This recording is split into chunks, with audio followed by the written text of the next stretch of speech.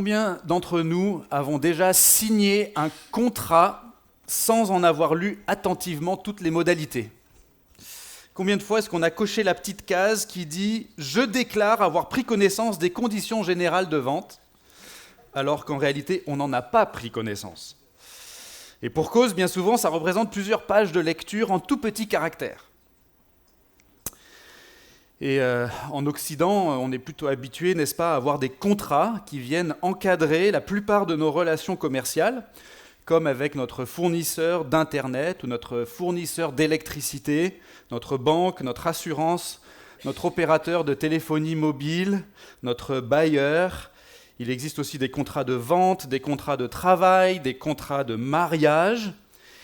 Et si je vous disais que notre relation avec Dieu était elle aussi encadrée par un contrat, ça peut vous sembler étonnant, ça peut vous sembler un peu bizarre comme idée. Et pourtant, quand on étudie la Bible, on voit que Dieu est tout le temps en train de formaliser la relation qu'il propose aux humains d'avoir avec lui. C'est-à-dire que cette relation, ce n'est pas simplement quelque chose de subjectif, quelque chose de strictement personnel, qui varie selon chaque croyant, mais c'est d'abord quelque chose qui répond à des modalités objectives, à des clauses ou des stipulations, pourrait-on dire. Et ces modalités, c'est Dieu qui les fixe, bien sûr, et il nous permet, à nous les humains, de les connaître, ces modalités, parce que Dieu désire qu'on entre dans cette relation avec lui, et il veut qu'on sache comment entrer dans cette relation avec lui. Et cette manière de formaliser les conditions d'une relation, dans la Bible, ça s'appelle une alliance. Une alliance. Et donc la question qu'on va se poser ce matin, c'est est-ce qu'on a tous bien conscience de ce que sont les modalités de la relation que Dieu nous invite à avoir avec lui aujourd'hui ? Ou bien est-ce qu'on devrait prendre un petit moment ce matin pour lire ou pour relire les conditions générales de l'alliance avec Dieu, si j'ose dire ?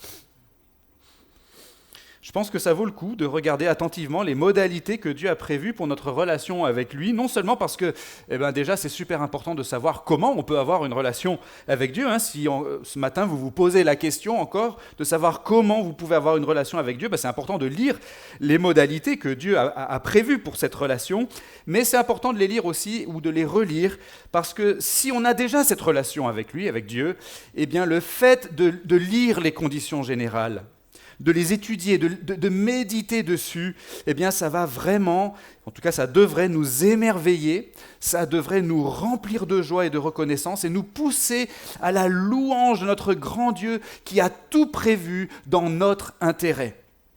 Et ça n'arriverait jamais si on étudiait et qu'on méditait sur les conditions générales de n'importe quel autre contrat dans la vie. Mais en tout cas, pour ce qui est de l'alliance avec Dieu, c'est ça que ça va produire en nous. C'est ça que ça devrait produire en nous, de la joie, de la louange, de l'adoration pour Dieu, pour notre grand Dieu qui a tout prévu dans notre intérêt. Et voici tout simplement la leçon du passage qu'on va lire dans un instant, la leçon que j'aimerais qu'on retienne finalement ce matin.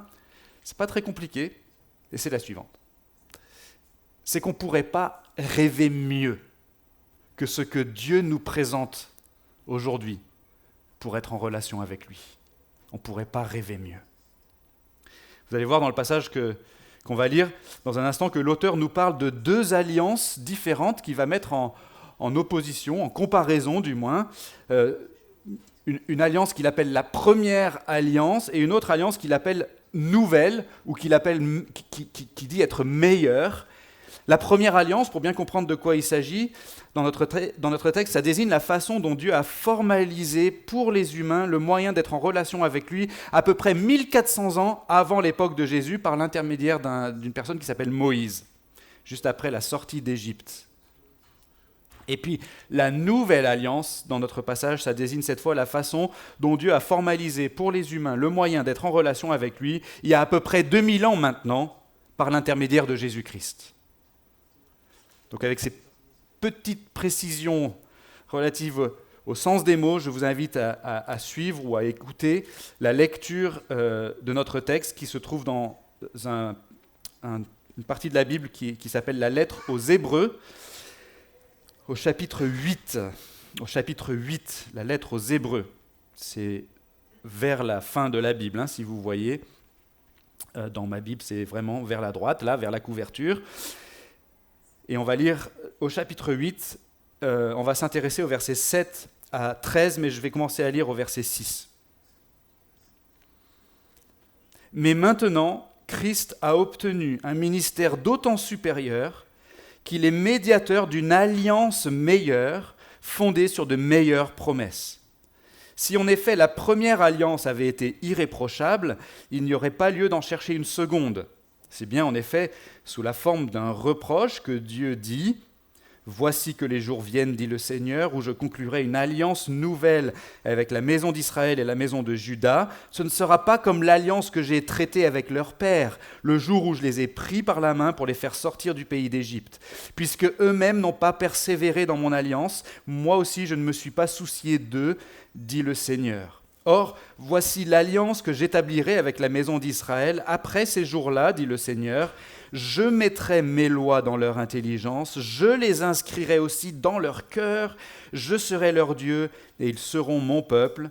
Personne n'enseignera plus son concitoyen, ni personne son frère, en disant « Connais le Seigneur ». En effet, tous me connaîtront, depuis le plus petit jusqu'au plus grand d'entre eux, car je leur ferai grâce de leurs injustices et je ne me souviendrai plus de leurs péchés. En appelant nouvelle cette alliance, il a rendu ancienne la première. Or, ce qui est ancien et vieilli est sur le point de disparaître. Jusqu'ici, c'était la lecture de la parole de Dieu. Je vais encore prier brièvement. Seigneur, merci vraiment pour ta parole. Et on se tourne vers toi maintenant dans l'expectative en te demandant, Seigneur, de nous accorder l'aide de ton Saint-Esprit pour comprendre ce que tu veux nous dire, pour que vraiment notre intelligence s'illumine et qu'on puisse mieux comprendre comment tu traites avec les humains et comment tu as voulu traiter avec les humains au fil de l'histoire. Et que cela, Seigneur, nous édifie, nous encourage, nous console peut-être et nous aide à aimer notre Sauveur et Seigneur Jésus-Christ encore davantage. Amen.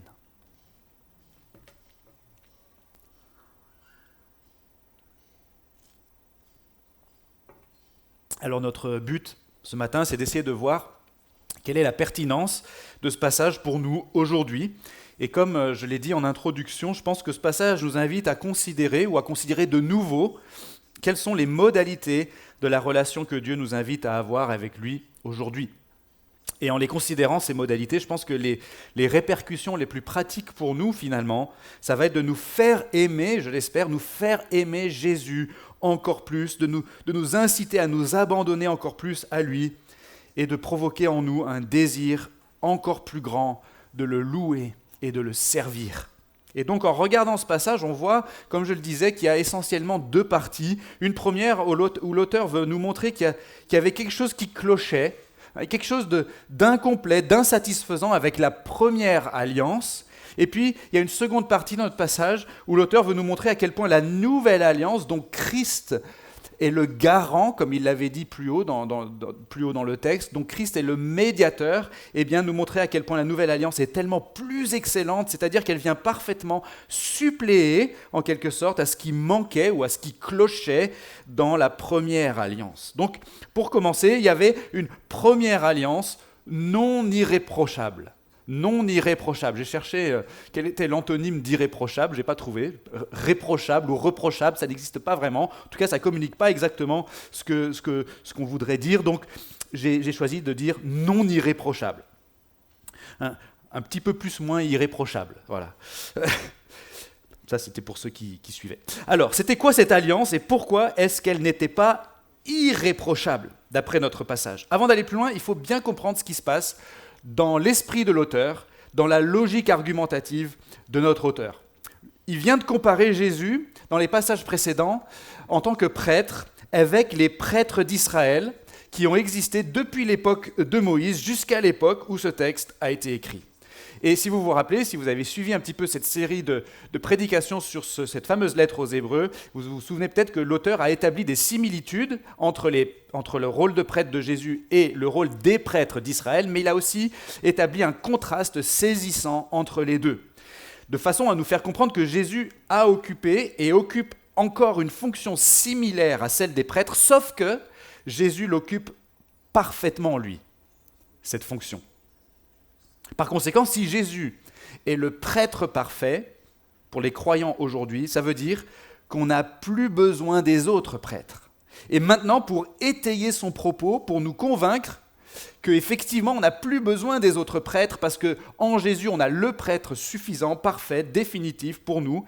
Pour étayer son propos, l'auteur amène un autre argument qui est que le système lui-même, le cadre même dans lequel les prêtres exerçaient leurs fonctions en Israël, ce système devait de toute façon disparaître avec l'avènement du Messie. Et ça, c'était déjà annoncé dans les Écritures même d'Israël, plusieurs siècles avant la naissance de Jésus. C'est pour ça que l'auteur va citer un passage ici d'un prophète d'Israël, le prophète Jérémie, qui annonce d'avance, à l'époque où il a existé ce prophète, il annonce d'avance que le système entier, ou que le régime entier qui a été institué à l'époque de Moïse, devait en tout cas céder la place à un nouveau système ou à un nouveau régime. Et ces deux régimes sont appelés des alliances, la première et la nouvelle, ou l'ancienne et la nouvelle. Ce terme d'alliance, en fait, il est familier pour les premiers destinataires de ce texte, qui sont des croyants d'origine juive, qui ont baigné en fait dans la religion d'Israël, qui connaissent un peu du moins les Écritures d'Israël. L'auteur fait référence à des choses que ces destinataires connaissent bien, et son but, ce n'est pas de leur expliquer ce que c'est qu'une alliance, mais de leur montrer que les textes sacrés d'Israël prévoyaient déjà que l'alliance établie à l'époque de Moïse n'était pas destinée à perdurer pour toujours. La preuve, c'est notamment ce que dit Dieu à travers ce prophète, le prophète Jérémie. Ce prophète qui prononce les mots qui sont cités ici, il les prononce à peu près 600 ans avant l'époque de Jésus. Et à ce moment-là, dans l'histoire d'Israël, à peu près 600 ans avant l'époque de Jésus, eh bien, les Israélites, ils ont été envahis par un peuple étranger et ennemi appelé les Babyloniens, et la population d'Israël a été en grande partie déportée dans ce pays étranger, à Babylone. Et donc la situation géopolitique pour les Israélites, elle est catastrophique à cette époque-là, à l'époque du prophète Jérémie. Et Dieu dit, à travers son prophète, il dit que ça c'est arrivé parce que les Israélites, verset 9, n'ont pas persévéré dans mon alliance. Cette alliance avait été établie, toujours verset 9, le jour où je les ai pris par la main pour les faire sortir du pays d'Égypte. C'était une alliance fondée sur un acte de grâce, de grâce souveraine de la part de Dieu. Dieu était intervenu souverainement et irrésistiblement dans l'histoire des Israélites pour racheter un peuple, le peuple des Hébreux, le sauver, le délivrer malgré lui-même. Parce que quand on lit l'histoire des Israélites en Égypte, ils n'avaient pas envie en fait. Ils n'avaient pas la foi. Ils ne croyaient pas vraiment que Moïse était l'envoyé de Dieu pour les délivrer. Mais Dieu intervient irrésistiblement par l'intermédiaire de ce libérateur appelé Moïse. Et par sa grâce donc, Dieu a formalisé une relation avec ce peuple après qu'il est sorti d'Égypte au pied d'une montagne appelée le mont Sinaï. Dans le livre de l'Exode, qui raconte toutes ces péripéties, il y a ce passage où Dieu parle aux Israélites, juste après les avoir fait sortir d'Égypte, juste après cet acte de salut souverain de sa part, par sa grâce, il leur dit « Vous avez vu vous-même ce que j'ai fait à l'Égypte. Je vous ai porté sur des ailes d'aigle et fait venir vers moi. Maintenant, si vous écoutez ma voix et si vous gardez mon alliance, vous m'appartiendrez en propre entre tous les peuples, car toute la terre est à moi. » Et Dieu fait des promesses incroyables à ce peuple qu'il vient de délivrer d'Égypte. Et il vient encadrer ces promesses avec des modalités pratiques. Vous voyez, il est en train de formaliser la relation. Il est en train d'établir son alliance. Vous suivez ? Et parmi ces modalités pratiques qui encadrent les promesses de Dieu, il y a une loi à suivre, il y a des rites à observer, destinés à manifester la confiance du peuple et son allégeance à Dieu, qui est son Rédempteur, son Sauveur, son Roi. Et c'est à ce moment que Moïse reçoit les fameux 10 commandements, gravés sur des tables de pierre. Et dans le livre de l'Exode, il est dit que Moïse va écrire les paroles de l'Éternel dans un livre Et puis ensuite, il est dit que Moïse prit le livre de l'Alliance, toujours là au mont Sinaï, peu de temps après la sortie d'Égypte, la délivrance spectaculaire que Dieu a opérée par grâce pour les Israélites. Moïse prit le livre de l'Alliance et le lut au peuple. Et ils dirent, donc les Israélites, nous exécuterons tout ce que l'Éternel a dit, et nous obéirons. Et alors Moïse prit le sang du sacrifice qu'il avait offert à ce moment-là, et il le répandit sur le peuple en disant, voici le sang de l'alliance que l'Éternel a conclue avec vous sur la base de toutes ces paroles. Ça, c'est dans le livre de l'Exode, chapitre 24. Tout ça, c'est la première alliance, qu'on appelle aussi l'ancienne alliance. Et les premiers destinataires de notre passage, ils connaissent bien cette histoire. Et ils savent bien que cette histoire, elle ne s'est pas très bien terminée, puisque toute l'histoire de l'Ancien Testament, en fait, eh bien, c'est l'histoire, en gros, d'un peuple réfractaire, qui résiste, en fait, à Dieu. Toute l'histoire d'Israël, depuis l'époque de Moïse, donc, l'époque où cette première alliance est conclue, jusqu'à l'époque de Jésus, globalement, c'est l'histoire d'un peuple qui résiste, qui est réfractaire, qui ne croit pas, qui ne fait pas confiance en Dieu, qui l'a délivré d'Égypte, qui a délivré les Israélites d'Égypte. Et le motif récurrent de toute cette partie de la Bible, en gros, c'est que Dieu, lui, est tellement bon, tellement généreux, tellement patient, tellement miséricordieux, tellement fidèle. Mais le peuple à qui il fait tant de bien au fil des pages de la Bible et avec qui il veut avoir une relation pour toujours, eh bien ce peuple, lui, est tout le temps en train de se détourner de Dieu. Et ce qu'il faut comprendre, c'est que la première alliance, la manière dont Dieu a formalisé cette relation avec son peuple, cette première alliance, elle prévoyait précisément ce motif. Elle prévoyait l'infidélité du peuple. Et donc, dans les modalités que Dieu avait mises en place pour être en relation avec lui, il y avait une loi à suivre, résumée donc par ces fameux 10 commandements, gravés sur des tables de pierre, entreposés dans un coffre appelé l'arche de l'Alliance, le coffre de l'Alliance. Et puis, il y avait des rites à accomplir pour manifester à la fois la conscience qu'on était défaillant par rapport à la loi de Dieu, les 10 commandements, et en même temps manifester la confiance en la miséricorde de Dieu sur la base de ses promesses de pardon. Et donc si on était fidèle à ces modalités, c'est-à-dire si on s'attachait à la loi de Dieu dans son cœur et si on manifestait notre dépendance de Dieu par l'observation des rites et des sacrifices qui ont été institués à cette époque-là, eh bien alors on pouvait entrer en possession de tous les bienfaits promis par Dieu dans son alliance. Mais si on n'était pas fidèle, eh bien l'alliance prévoyait aussi des moyens par lesquels Dieu allait corriger son peuple. Parmi ces moyens, il y avait justement l'oppression subie de la part des ennemis d'Israël. Et tout ça était déjà prévu dans l'alliance conclue avec Israël devant le mont Sinaï. Et finalement, quand on lit l'Ancien Testament, toute cette partie de la Bible qui commence avec les écrits de Moïse et qui nous amène presque jusqu'à l'époque de Jésus, quand on lit toute cette partie de la Bible qu'on appelle l'Ancien Testament, on voit tout simplement, dans l'histoire d'Israël, les stipulations de l'alliance de Dieu qui s'accomplissent. Ce sont les clauses du contrat qui s'appliquent conformément à ce que Dieu avait prévu et à ce que les Israélites avaient accepté au mont Sinaï.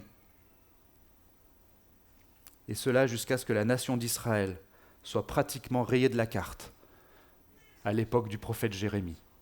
600 ans avant la naissance de Jésus. Donc cette première alliance, elle ne semble pas, en tout cas historiquement, elle ne semble pas être une grande réussite. Et on va y revenir dans un instant. Mais en tout cas, c'est pour ça que l'auteur de notre passage dit que cette première alliance n'était pas irréprochable. C'est parce que historiquement, cette alliance n'a pas conduit le peuple à la possession de tous les bienfaits promis par Dieu dans cette alliance. Ils ne sont pas, à la fin de l'Ancien Testament, le peuple d'Israël, ils ne sont pas un peuple aussi nombreux que le sable sur le bord de la mer. Ils n'ont pas la possession d'un pays découlant de lait et de miel. Et ils ne vivent pas dans la présence bienfaisante et glorieuse de Dieu. On a l'impression d'un échec. Et je ne sais pas ce que vous en pensez, mais moi je trouve ça un peu troublant. C'est comme si Dieu il avait proposé aux Israélites un programme extraordinaire Et puis, il est intervenu dans l'histoire d'une manière spectaculaire pour les prendre par la main en Égypte et pour leur faire des promesses de fou et pour mettre en place des trucs incroyables, une loi, un système de sacrifice, toutes sortes de cérémonies, un temple, un royaume. Mais tout ce que Dieu a prévu, ça échoue à la fin. C'est troublant. C'est comme si je vous proposais de gravir une montagne avec moi. Et je vous promets que ça va être un truc incroyable. Une vue à couper le souffle, une expérience inoubliable. Et je vous raconte ce truc, et je vous le vends bien, et vous avez très très envie d'y aller avec moi. Et donc je vous embarque, mais pour gravir cette montagne, je vous donne un équipement pourri, des crampons rouillés, un piolet du 19e siècle. Une corde toute usée, simplement attachée autour de la taille. Et le truc, c'est que quand vous allez abandonner, parce que vous allez abandonner, en pleine face glaciaire, dans un couloir ou je ne sais pas quoi, malgré tous mes encouragements, vous allez abandonner, eh bien on pourra dire que votre matériel n'était pas irréprochable. Et c'était peut-être un facteur de votre abandon, parce que votre matériel n'était pas irréprochable. Et donc la grande question, c'est pourquoi est-ce que Dieu initialement, a conclu avec son peuple une alliance qui ne semble pas avoir été efficace. Pourquoi il lui a donné à son peuple du matériel qui n'était pas irréprochable?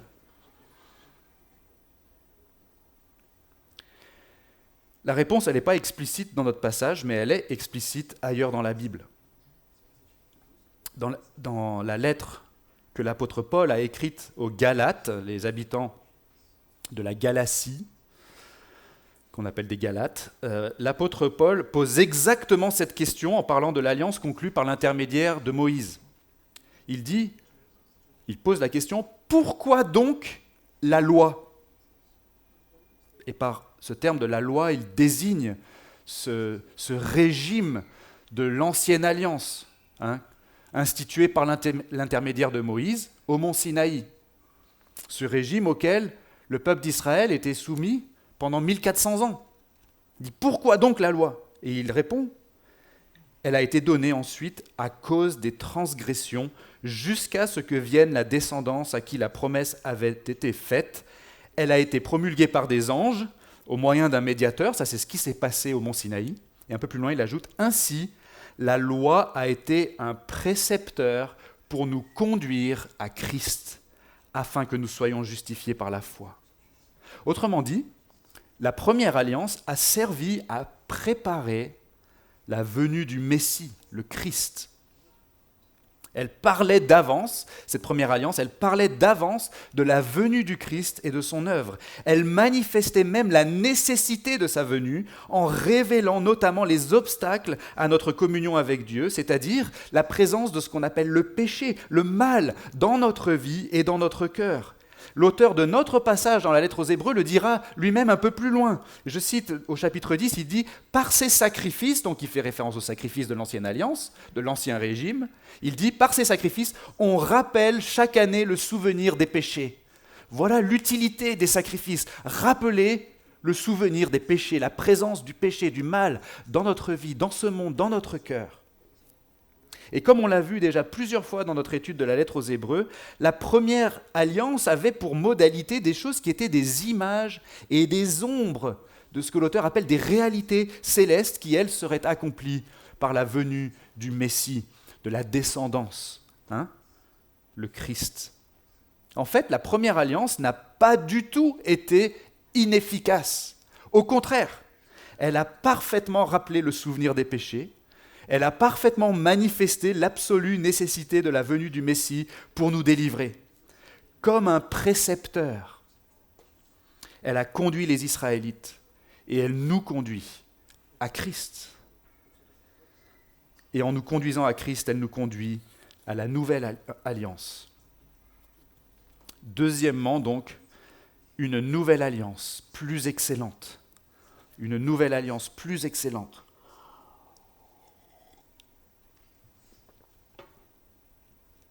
Mon premier point a été long, donc je vais faire de mon mieux pour ne pas être aussi long avec ce deuxième point, mais je ne vous promets rien. On traite ici de choses qui sont très importantes pour bien comprendre en fait l'ensemble de la Bible. et pour bien voir comment s'articulent les différents chapitres de cette grande histoire qu'on appelle l'histoire de la rédemption. C'est une façon de désigner tout simplement l'histoire de la relation entre Dieu et les humains. L'ancienne alliance donc, a servi à conduire les Israélites à Christ, c'est-à-dire à révéler donc la gravité du péché et à manifester le moyen du pardon. Et le moyen du pardon, c'est le moyen du sacrifice, le sacrifice de substitution et d'expiation. Et ces choses-là, on en a déjà parlé, je ne vais pas y revenir plus en détail pour l'instant. Mais pour le dire autrement, l'ancienne alliance a servi délibérément à montrer aux Israélites, et en fait à montrer à tout le genre humain à travers les Israélites, à montrer le genre de matériel qu'il nous faut en fait pour pouvoir gravir la montagne. Et ça, c'est ce qu'on appelle la fonction pédagogique de la loi de Moïse. Et en fait, la fonction pédagogique de toute l'ancienne alliance. En grec, quand l'apôtre Paul dit que la loi a servi de précepteur, c'est le mot pédagogue en grec. L'aspect ou la fonction pédagogique donc de l'ancienne alliance. On peut dire que l'ancienne alliance a servi à préparer la nouvelle alliance qui serait conclue par le Messie. L'ancienne alliance a ouvert le chemin du Messie, elle a instruit les gens concernant le rôle de ce Messie et elle a expliqué d'avance ce qui serait accompli par le Messie. Et là, il y a un truc qu'il faut impérativement comprendre, parce que c'est vraiment une clé pour comprendre toute la Bible. Et ce truc qu'il faut comprendre et assimiler, c'est que la nouvelle alliance, comme on l'appelle, en fait ne présente rien de foncièrement nouveau. La nouvelle alliance ne présente rien de foncièrement nouveau. Je m'explique. Parfois, on s'imagine que Jésus il débarque de manière un peu inattendue pour rattraper un projet qui est en train de couler. On s'imagine que devant l'échec du projet initial de Dieu avec Israël, Jésus intervient en urgence, comme un super-héros ou peut-être comme un pompier, je ne sais pas, pour tout faire lui-même, puisqu'il n'y a personne d'autre de capable. Et on se dit que la nouvelle alliance, c'est-à-dire tout ce qui résulte de l'intervention héroïque de Jésus, c'est un genre de remède un peu inattendu, mais quand même merveilleux et nécessaire parce que l'ancienne alliance a échoué. Heureusement que Jésus est arrivé comme sauveteur pour rattraper le coup. En réalité, il faut se rendre compte que tout ce qui est décrit dans notre passage concernant les bienfaits de la nouvelle alliance, c'est-à-dire les bienfaits qui découlent de la venue du Messie, de sa personne et de son œuvre, ces bienfaits étaient déjà prévus et annoncés à travers l'ancienne alliance. Il n'y a pas de nouveauté là en fait. Si on regarde notre passage, il y a essentiellement 3 choses qui sont promises par Dieu à travers le prophète Jérémie, qui est cité par l'auteur de la lettre aux Hébreux. Ces 3 choses, c'est 1, l'inscription de la loi de Dieu dans le cœur des croyants, au verset 10. Deuxièmement, une relation établie pour toujours avec Dieu à travers la connaissance personnelle de Dieu, ça c'est versets 10 et 11. Et puis verset 12, le pardon des péchés. Et il n'y a rien de foncièrement nouveau là en fait. Dans la loi de Moïse déjà, donc ça c'est dans les premières pages de la Bible en fait, Dieu avait promis déjà d'opérer une œuvre intérieure et spirituelle dans le cœur des croyants, quelque chose qu'il appelle la circoncision du cœur, dont il a déjà été question dans ce culte. Cette promesse d'une opération intérieure et spirituelle dans le cœur des croyants, elle est reprise par les prophètes d'Israël plus tard, comme Ézéchiel ou Joël, qui parlent à ce moment-là du déversement de l'Esprit de Dieu qui va transformer intérieurement les cœurs, qui va remplacer le cœur de pierre en un cœur de chair. Ézéchiel Dieu qui dit à travers Ézéchiel, « Je ferai sur vous l'aspersion d'une eau pure. » Et vous serez purifiés. De même, la promesse « Je serai leur Dieu et ils seront mon peuple » que l'on retrouve chez Jérémie, là, qui est cité par l'auteur de la lettre aux Hébreux, c'est un leitmotiv en fait de l'Ancien Testament, qui commence dans la loi de Moïse, dans le livre du Lévitique notamment, où Dieu dit « Je serai votre Dieu et vous serez mon peuple ». Et le pardon des péchés aussi est dans la loi. Et ce concept d'expiation totale et définitive, je ne me souviendrai plus de leurs péchés. Je jetterai vos péchés au fond de la mer. En fait, toutes ces réalités spirituelles sont déjà annoncées dans l'Ancienne Alliance, comme on le voit au fil des pages de l'Ancien Testament. Et donc, un Israélite pieux, un Israélite lambda, comme vous et moi, on n'est peut-être pas des Israélites, on est juste des personnes lambda qui craignons Dieu, qui souhaitons le connaître, qui souhaitons être sauvés par Dieu, qui souhaitons être pardonnés. Un Israélite, dans cette situation, un croyant de l'Ancienne Alliance, peut-être 600 ans avant la naissance de Jésus, pouvait lire ou entendre ces promesses qui sont déjà là, contenues dans la loi de Moïse, déjà là, contenues dans les écrits des prophètes, déjà là, sous le régime de l'Ancienne Alliance. Il pouvait entendre ces promesses ou les lire et il pouvait se dire « Waouh, moi, Alex, je suis un pécheur. Mon cœur est tortueux par-dessus tout. Et je vois le péché dans ma vie, je vois le péché autour de moi, je vois le péché de mon peuple, je vois le péché de mes dirigeants, des sacrificateurs parfois, des rois qui nous gouvernent. Je vois tout ça autour de moi et j'ai honte. J'ai honte de mon peuple qui se détourne de l'Éternel. Et je vois ces sacrifices qui sont offerts tous les jours au temple. C'est beaucoup de sang versé, tous ces sacrifices chaque jour et plusieurs fois par jour. Et c'est jamais terminé. Et quand je pense à ça, ça me rappelle que le péché est grave, et si grave, qu'on a besoin de ces sacrifices, que le sang a besoin d'être versé perpétuellement. Et qu'en fait, l'idéal, ça serait d'avoir un sacrifice ultime, un meilleur sacrifice que ceux qui sont offerts chaque jour, qui puissent couvrir une fois pour toutes, expier une fois pour toutes mon péché et le péché de tous les croyants. Et quand je vois tout ça, ça me fait penser aux promesses de Dieu. Je me rappelle ces promesses concernant la descendance d'Abraham, qui doit venir pour nous délivrer et être une source de bénédiction pour le monde entier. Oh, comme j'aimerais qu'il vienne! Comme j'aimerais qu'il vienne! Et comme j'aimerais que mon cœur soit transformé! Et comme j'aimerais que la loi de l'Éternel, qui est si bonne, comme j'aimerais qu'elle soit gravée, non pas sur ces tables de pierre qui sont entreposées dans une boîte que je vois rarement, mais que cette loi qui est si bonne soit gravée sur mon cœur. Comme j'aimerais que Dieu fasse ce qu'il a dit, comme j'aimerais qu'il fasse ce qu'il a promis, c'est-à-dire qu'il jette mes péchés au fond de la mer, qu'il les jette aussi loin que l'Orient l'est de l'Occident, et que lui-même fasse une opération intérieure pour circoncire mon cœur, pour me transformer là où personne d'autre ne peut m'atteindre, dans mon cœur même. Qu'il circoncise mon cœur et qu'il déverse son esprit en moi et qu'il m'adopte pour toujours comme son enfant, comme j'aimerais que Dieu réalise ce qu'il a promis dans son alliance. Et donc cet Israélite, peut-être 600 ans avant la naissance de Jésus, il pouvait se dire tout ça.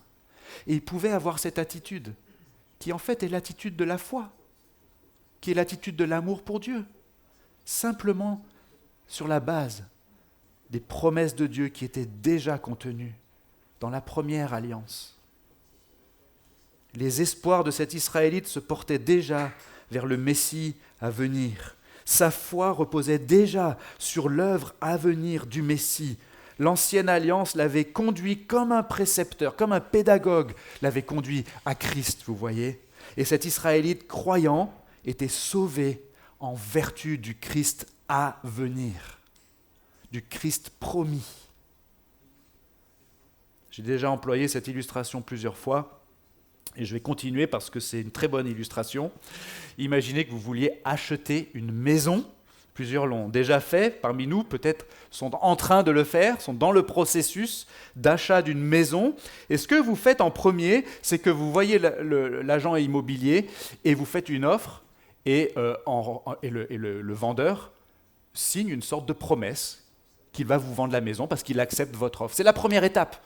On signe une sorte de promesse de vente par l'intermédiaire d'un agent immobilier. Puis ensuite, quelques semaines plus tard, vous signez un autre document qui s'appelle un compromis de vente, et cette fois, vous le faites par l'intermédiaire d'un notaire. Ce compromis de vente prévoit habituellement des conditions suspensives, c'est-à-dire des conditions à remplir pour pouvoir ensuite, un jour, finaliser la vente. Quelques semaines ou mois plus tard, vous signez enfin un troisième document, c'est l'acte de vente. Toujours par l'intermédiaire d'un notaire. On peut dire que vous avez à peu près 3 étapes à suivre avant de pouvoir dire que la vente est finalisée et que la maison est à vous. De la même façon, dans la Bible et dans l'histoire, Dieu présente quelque chose aux humains, et c'est toujours la même chose. Ce qu'il présente aux humains, c'est la vie avec lui pour toujours. Et il formalise cette promesse de différentes manières au fil de l'histoire. Mais l'objet de la promesse est toujours le même. C'est toujours la même maison dont on parle. De la promesse au compromis de vente jusqu'à l'acte de vente, c'est toujours la même maison dont on parle. Et concernant la relation de Dieu avec les humains, en simplifiant un peu, on pourrait dire qu'il y a une première étape, un peu comme cette promesse d'achat qui a eu cours de l'époque d'Adam jusqu'à l'époque de Moïse, en passant par Abraham et les patriarches. Et c'est vrai qu'auprès d'Abraham, Dieu va vraiment être assez précis dans la formulation de ses promesses. Et puis ensuite, de Moïse jusqu'à Jésus, il y a le compromis de vente, avec des conditions suspensives. L'objet de la promesse est toujours le même, et les croyants de cette époque attendent, pendant 1400 ans, ils attendent par la foi que les conditions suspensives soient levées. Et pendant toute cette période, le contrat a une portée pédagogique pour révéler les obstacles et conduire au Christ le Sauveur. Et enfin, lorsque les temps furent accomplis, le Messie arrive, la descendance d'Abraham, Jésus-Christ, et lui-même satisfait à toutes les exigences du contrat. C'est lui qui va lever toutes les conditions suspensives au moyen de sa personne et de son œuvre. Il va régler définitivement la dette de nos péchés. Il va détruire tous les obstacles qui nous empêchaient de connaître Dieu.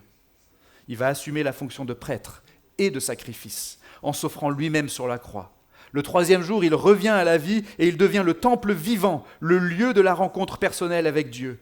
Et il monte au ciel s'asseoir sur le trône de l'univers. Et il devient à la droite de la majesté divine, comme dit l'auteur de notre lettre aux Hébreux, il devient ce prêtre pour toujours, mais aussi ce roi pour toujours, prêtre et roi en même temps à la manière de Melchizedek, dont on a parlé il y a quelques semaines, qui garantit notre place auprès de Dieu dans son lieu très saint. Et de là, le Père et le Fils ont envoyé le Saint-Esprit qui a été déversé sur nous et en nous si on est croyant. Et ce Saint-Esprit, il opère cette opération intérieure du cœur, il nous fait naître de nouveau, il nous purifie et il vient inscrire sa loi dans notre cœur. Mes amis, si on a la foi en Jésus, on est adopté toujours par Dieu le Père, pour toujours par Dieu le Père, et cette adoption, elle est scellée par le don du Saint-Esprit, comme un acompte qui est versé en nous par le Père et par le Fils.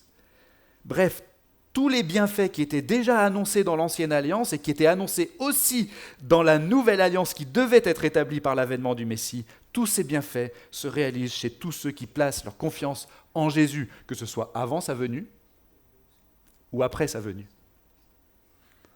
Le salut de ceux qui croyaient avant la venue de Jésus et le salut de ceux qui croient depuis la venue de Jésus, ce salut est le même en fait.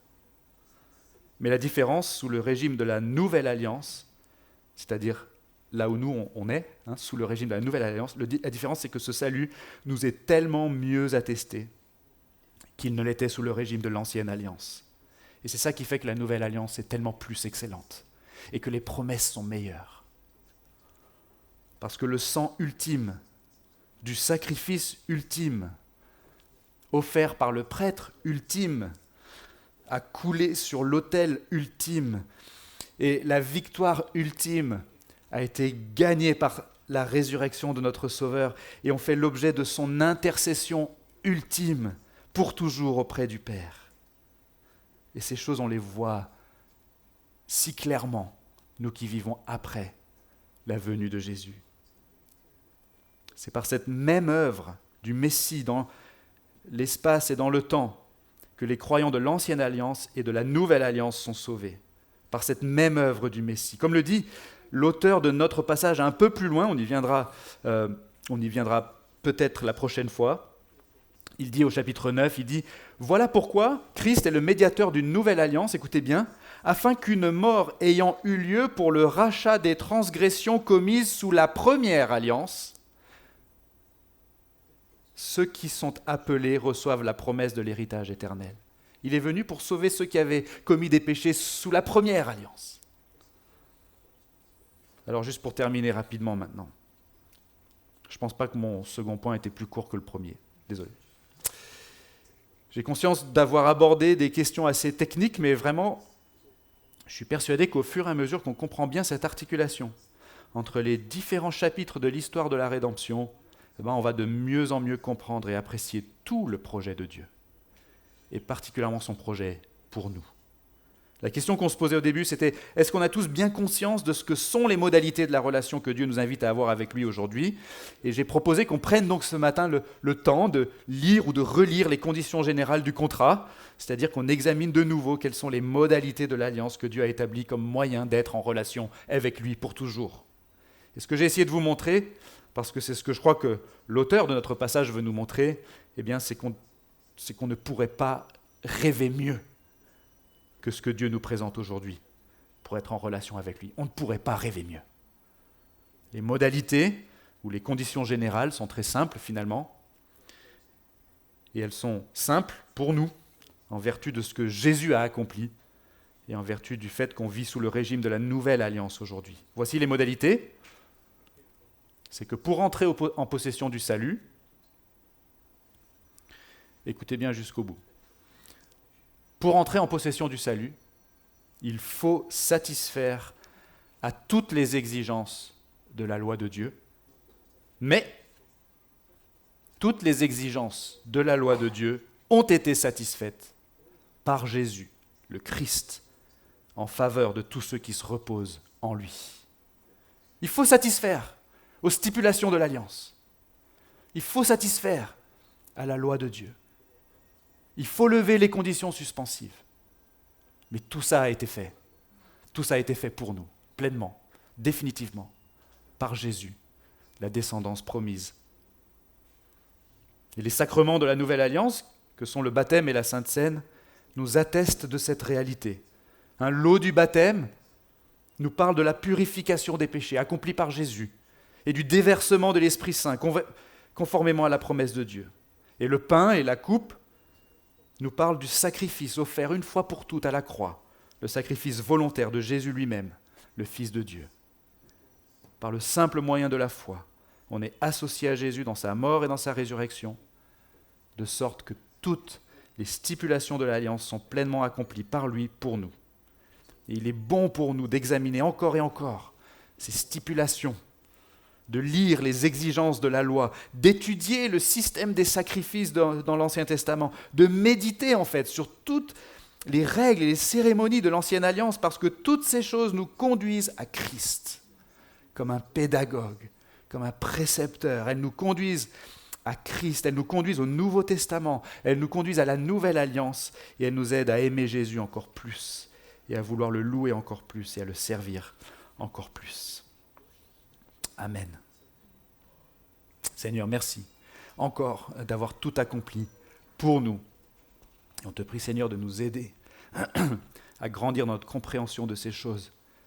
Non pas pour qu'on ait simplement une intelligence bien grasse, mais Seigneur, pour que notre amour abonde de plus en plus et que notre service à ta suite, pour te faire connaître, pour te glorifier dans nos vies, grandissent aussi de plus en plus en nous. Alors Seigneur, applique avec puissance, Seigneur, la vérité de ta parole à notre vie. Nous t'en prions au nom de Jésus. Amen.